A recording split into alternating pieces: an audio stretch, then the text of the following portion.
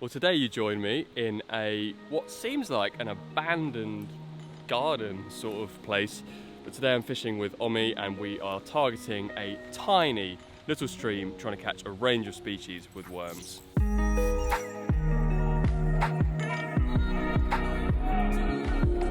We're walking down to the stream now. This is actually a place that I had a look at a couple of months ago, but haven't actually fished it yet. So it's going to be a day of exploring, trying new areas and seeing what we can catch.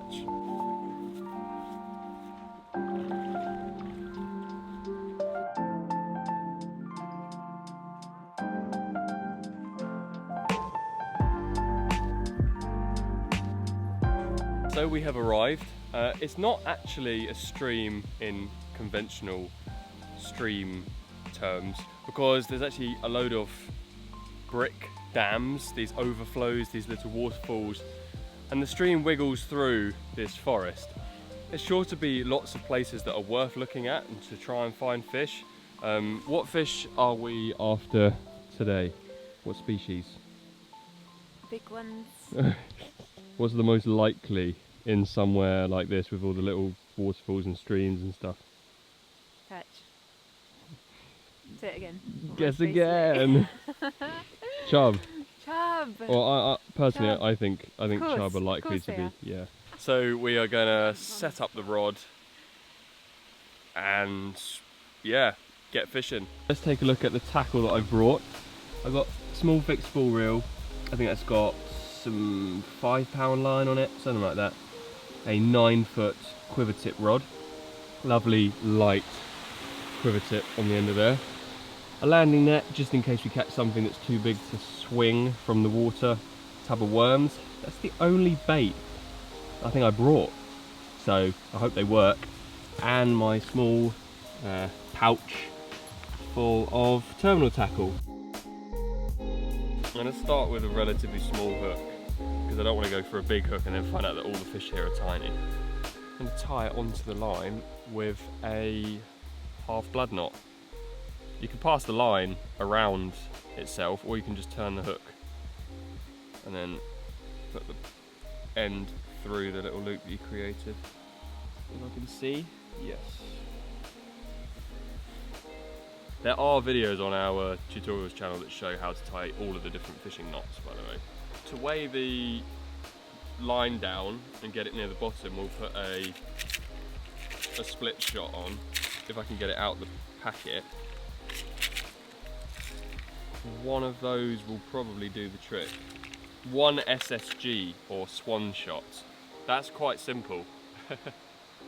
That is about as simple as fishing rigs can get. We've shown much more complicated setups on this channel, but today, that's what we're going for.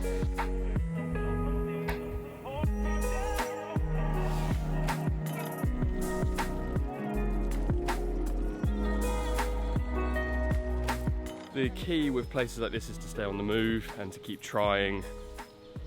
Even if you haven't had any bites, just keep casting into different pools and eventually you will find them. Well, this looks tasty. Wow, there's a big opening. But the areas which I always tend to find most fish in aren't these slow, boring, because this is all quite shallow. I can see the bottom across most of it. Places that seem to have the fish are up there, where the water flowing down the waterfall has got more oxygen and it like erodes out a little deeper spot in those sorts of places.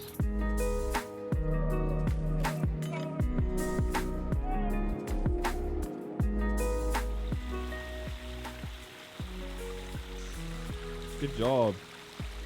Oh, that was what you said would live here. Yeah. No, none of these stupid chub. I'm an underground master angler. I know what's Perch. staying on. That is a quite small one, but it is a perch. Stream fish number 1. Right, we're dropping the worm into the second spot. And that is as simple as you can get. That was quick. Beautiful perch.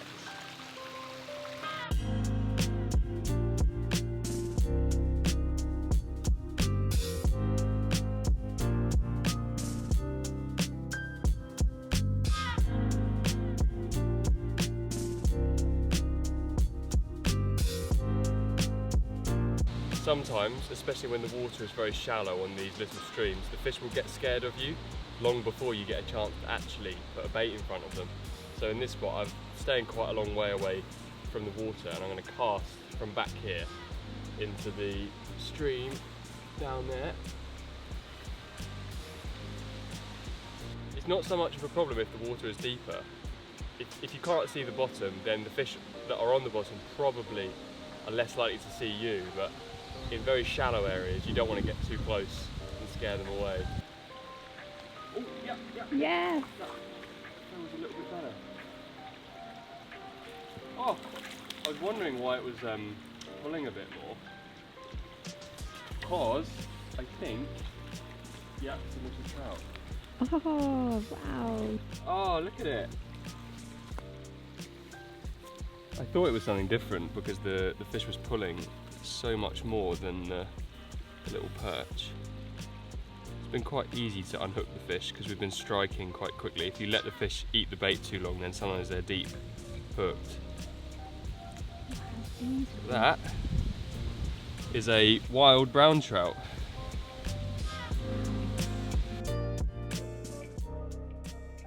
Despite me saying at the beginning that we're likely to find chub, we've actually not found any chub.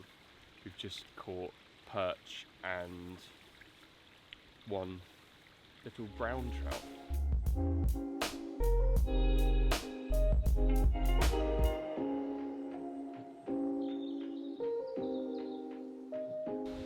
Plant lessons with Omi. What do we have here? We have a tree. A what? A tree.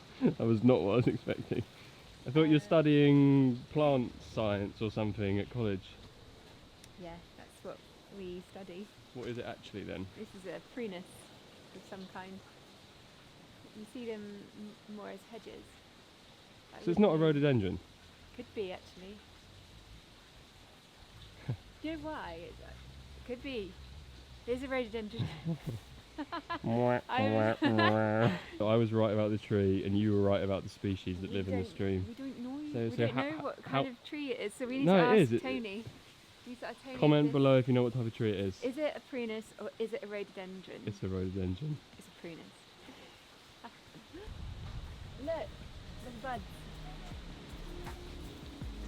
Looks like rhododendron leaves to me. Yeah, and the flowers. Yeah, Yeah. yeah.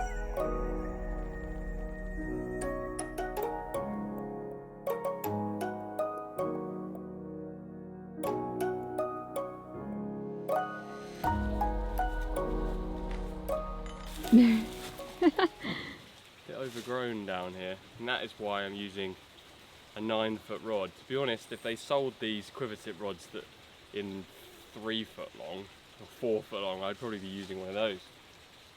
But if I was trying to fish here with a 12-foot rod, I would definitely struggle. Well, that spot started off alright and then slowed right down. Couldn't find much in the last few pools, so we're heading off, making the long walk back up to the car park, and then we're going chub fishing on another location on the way home.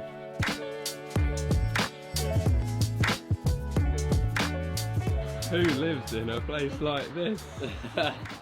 You got me off guard. Are you still ill? Yeah, Don't cough on me. got COVID, so you better watch it. Oh god, I'm getting away. It's very pretty. It's definitely best that I stay away from Alex. Anyway, we're going to the river. We're going to try and get some chub. Nice, good luck. See you, bro.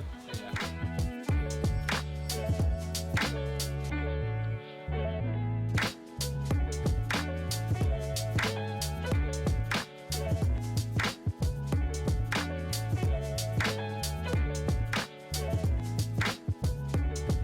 Yes. Oh, it's a gudgeon. We got a gudgeon. The gudgeon is like smaller than the worm. That's not what I was expecting to catch. That worm is actually the same length as the fish pretty much, or it was until it shrunk.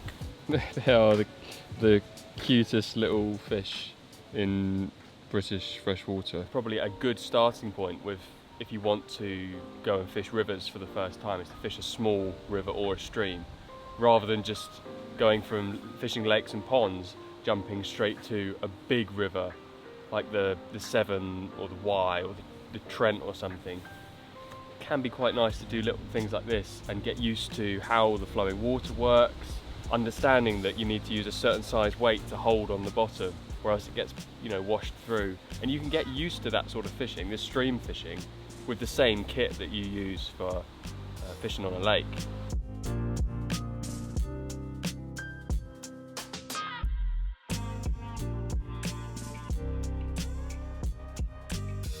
It's getting really stormy out here, and we're probably not going to end up staying on the bank much longer when that big rain cloud bursts open on us, but I'm hoping I can get one fish before we have to go.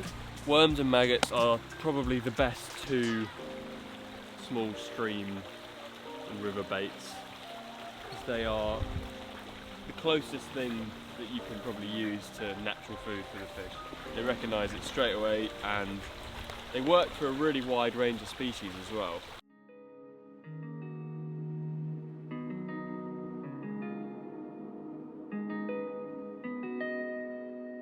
Not really what I was expecting. You predicted it at the beginning of this day. You said we're going to catch perch, and I was like, no, it's going to be a chub fishing day.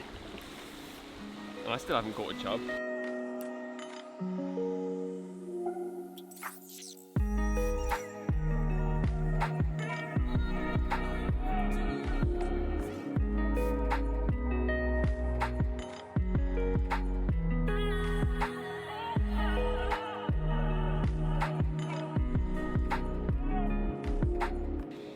I don't know why I love them so much. They're so small, but very pretty. Like the colours on them is amazing.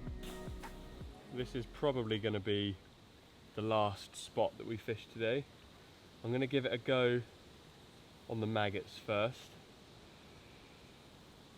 because this is I think a size 12 hook. I can fit quite a few maggots on. In the other spot, I put the bank stick in, but to be honest, I don't mind holding the rod sometimes. I'm just watching the tip. Is that gudgeon? Oh my god! The size of that gudgeon! That is it's almost as long as my hand. Yeah. I know that the British record would be a lot bigger than that. Like the biggest gudgeon ever caught in the UK would probably be like that long. Yeah.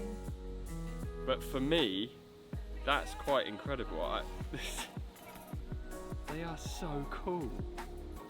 I'm getting way too excited about gudgeon.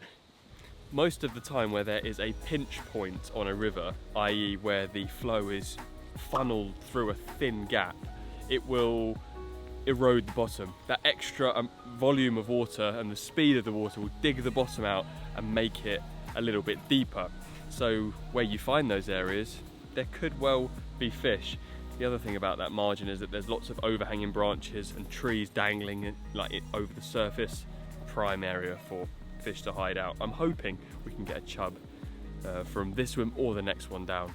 Even when I'm using a worm on the actual hook, trying to find a bigger fish, I'll still take some maggots with me on the session as well, just in case the fishing is very hard. If you're struggling to catch fish with worms, then a change to a maggot can often get a bite. But even if you're not struggling, a small number of maggots thrown out into the swim before you cast in can get the fish feeding.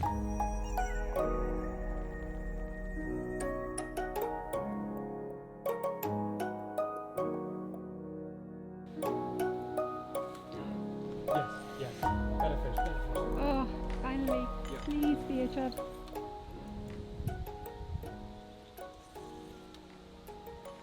We have finally hooked what I was after.